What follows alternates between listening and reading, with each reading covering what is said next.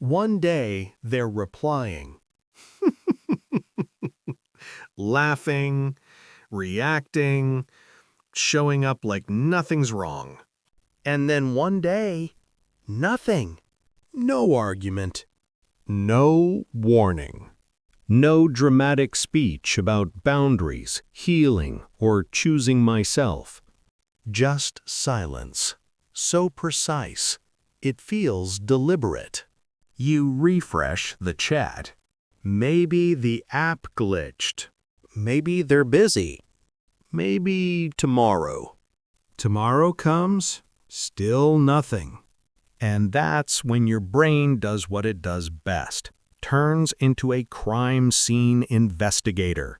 You replay conversations, analyze tone, zoom in on small details that didn't feel important at the time. A late reply, a dry response, a joke that landed slightly wrong. People love to simplify this behavior. They call it self-respect. They call it growth. They call it protecting peace. Because disappearing sounds powerful when you don't ask why it happened. The dark psychology behind people who cut everyone off is rarely confidence. It's usually exhaustion. Deep, quiet, emotional exhaustion. The kind that builds slowly. From being the one who always understands, the one who listens, the one who adjusts, the one who explains themselves again and again, hoping this time it will be different. Their mouth stayed silent, but their nervous system kept receipts. So one day, their brain reaches a conclusion that feels logical. Talking doesn't change anything. People don't really hear me. Connection costs more than it gives. And instead of fixing the wound, they remove the source. Cutting everyone off feels like control. And control feels intoxicating when life feels unpredictable. No expectations. No emotional labor. No explaining why you're tired. No pretending you're okay just to keep things comfortable. Silence becomes a luxury because silence doesn't misunderstand you. Silence doesn't judge you. Silence doesn't disappoint you. And slowly, silence becomes addictive. Most people who cut everyone off learned a dangerous lesson early in life. Relying on others leads to pain.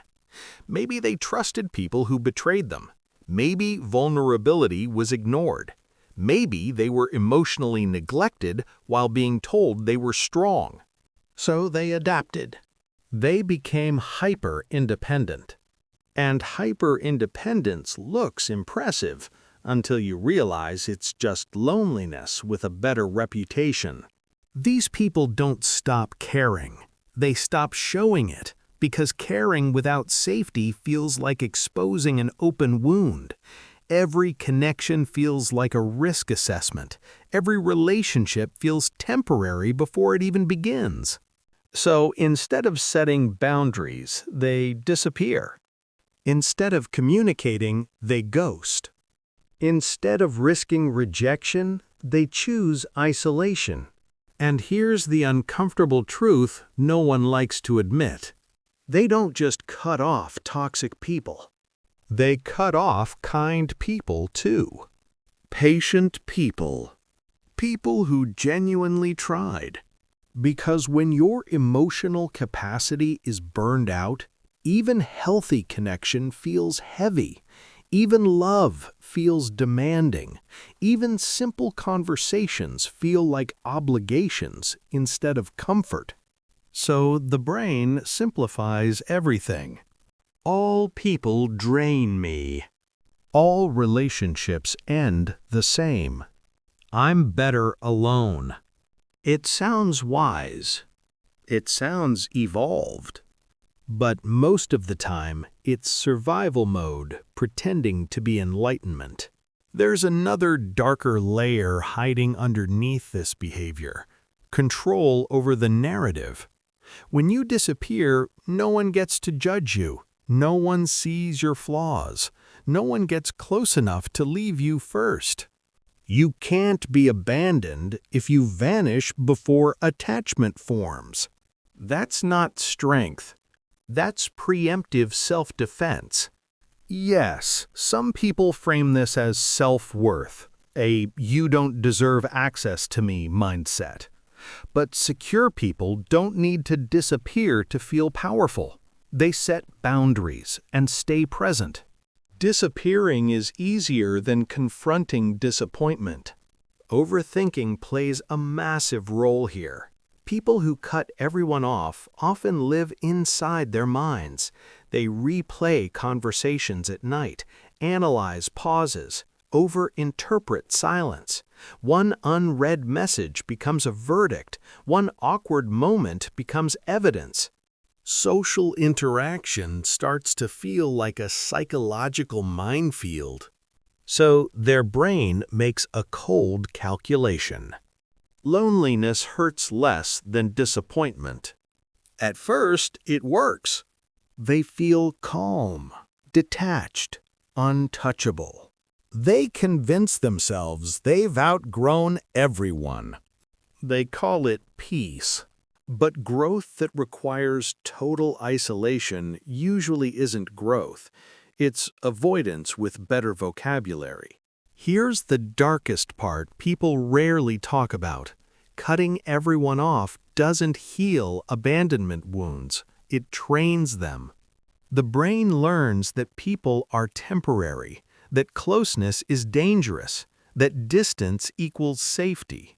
And the longer someone stays isolated, the more unfamiliar vulnerability becomes. Not because they don't want connection, but because connection feels unsafe.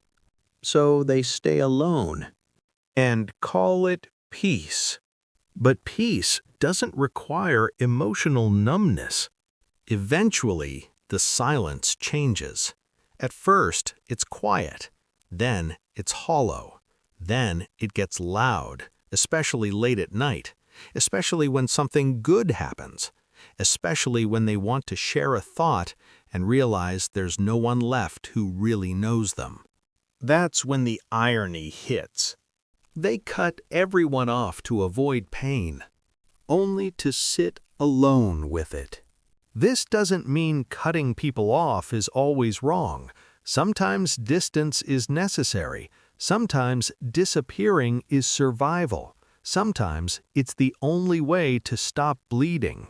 But when cutting everyone off becomes a pattern instead of a phase, psychology asks an uncomfortable question. Is this protection or fear pretending to be strength? So if someone vanished from your life without explanation, understand this: it wasn't always about you.